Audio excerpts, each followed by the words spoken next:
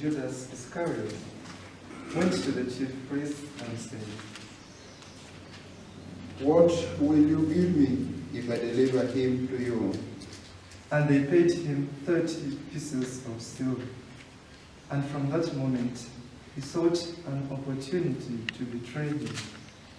Now on the first day of unleavened bread, the disciples came to Jesus, saying, "Where will you have us prepare for you to eat the Passover?" He said,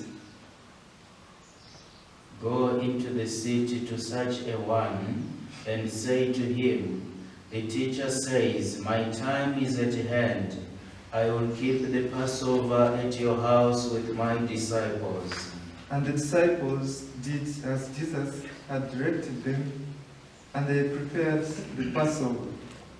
When it was evening, he sat at table with the 12 disciples, and as they were eating, he said, "Truly I say to you, one of you will betray me." And they were very sorrowful, and began to say to him, one after another.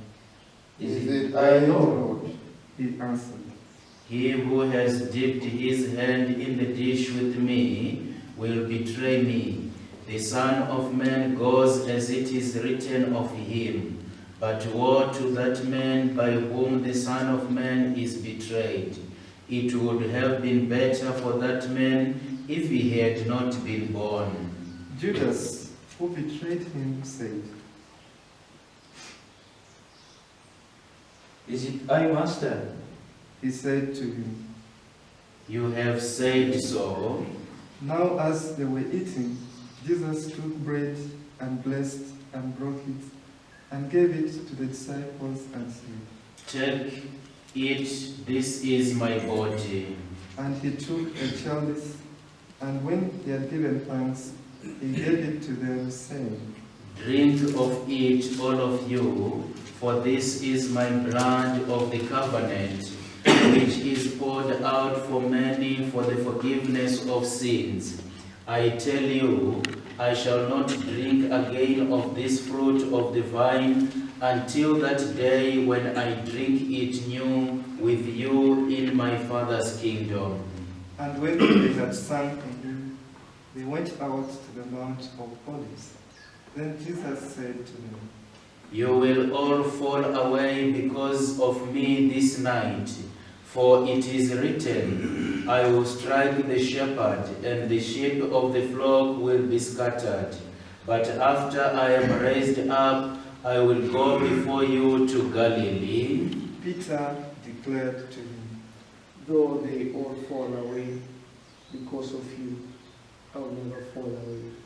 Jesus said to him, "Truly I say to you, this very night before the cock crows, you will deny me 3 times.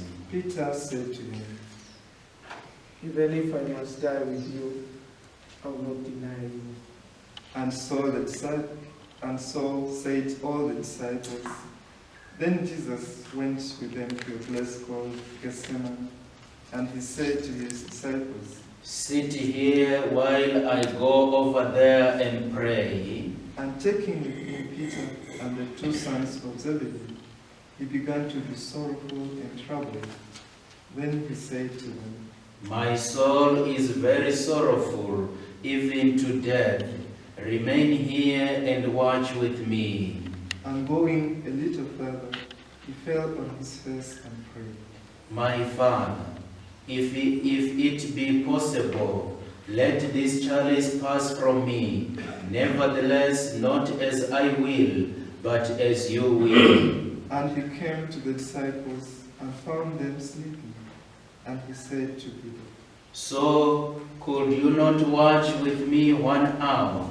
Watch and pray that you may not enter into temptation. The spirit indeed is willing, but the flesh is weak." Again, for the second time, he went away and prayed, "My Father, if this cannot pass unless I drink it, your will be done." And again he came and found them sleeping, for their eyes were heavy. So leaving them again, He went away and prayed for the third time, saying the same words. Then he came to the disciples and said to them, Are you still sleeping and taking your rest? Behold, the hour is at hand, and the Son of Man is betrayed into the hands of sinners. Rise, let us be going. See, my betrayer is at hand. While he was still speaking, Judas came, one of the 12, and with him a great crowd with swords and clubs, from the chief priests and the elders of the people. Now the betrayer had given them a sign, saying, The one that shall kiss is the man. Seize him. And he came up to Jesus at once and said, Hail, Master. and he kissed him. Jesus said to him, Friend, why are you here? Then they came up and laid hands on Jesus and seized him. And behold, one of those who were with Jesus stretched out his hands and drew his sword and struck the slave of the high priest and cut off his ear. Then Jesus said to him, Put your sword back into its place, for all who take the sword will perish by the sword. Do you think that I cannot appeal to my Father, and he will at once send me more than 12 legions of angels? But how then should the scriptures be fulfilled, that it must be so? At that hour, Jesus said to the crowds, Have you come out as against a robber, with swords and clubs to capture me? Day after day I sat in the temple teaching, and you did not seize me. But all this has taken place, that the scriptures of the prophets might be fulfilled. Then all the disciples deserted him and fled. Then those who had seized Jesus led him to Caiaphas, the high priest, where the scribes and the elders had gathered. But Peter followed him at a distance, as far as the courtyard of the high priest, and going inside, he sat with the guards to see the end. Now the chief priests and the whole council sought for testimony against Jesus, that they might put him to death. But they found none, though many false witnesses came forward. At last, two came forward and said, This fellow said, I am able to destroy the temple of God and to build it in 3 days. And the high priest stood up and said, Have you no swear to make? What is that these men testify against you? But Jesus went silent. And the high priest said to him, I adjure you by the living God, tell us if you are the Christ, the Son of God. Jesus said to him, You have said so, but I tell you, hereafter you will see the Son of Man seated at the right hand of power and coming on the clouds of heaven. Then the high priest tore his robes and said, He has uttered blasphemy. Why do we still need witnesses? You have now heard his blasphemy. What is your judgment? They answered, He deserves death.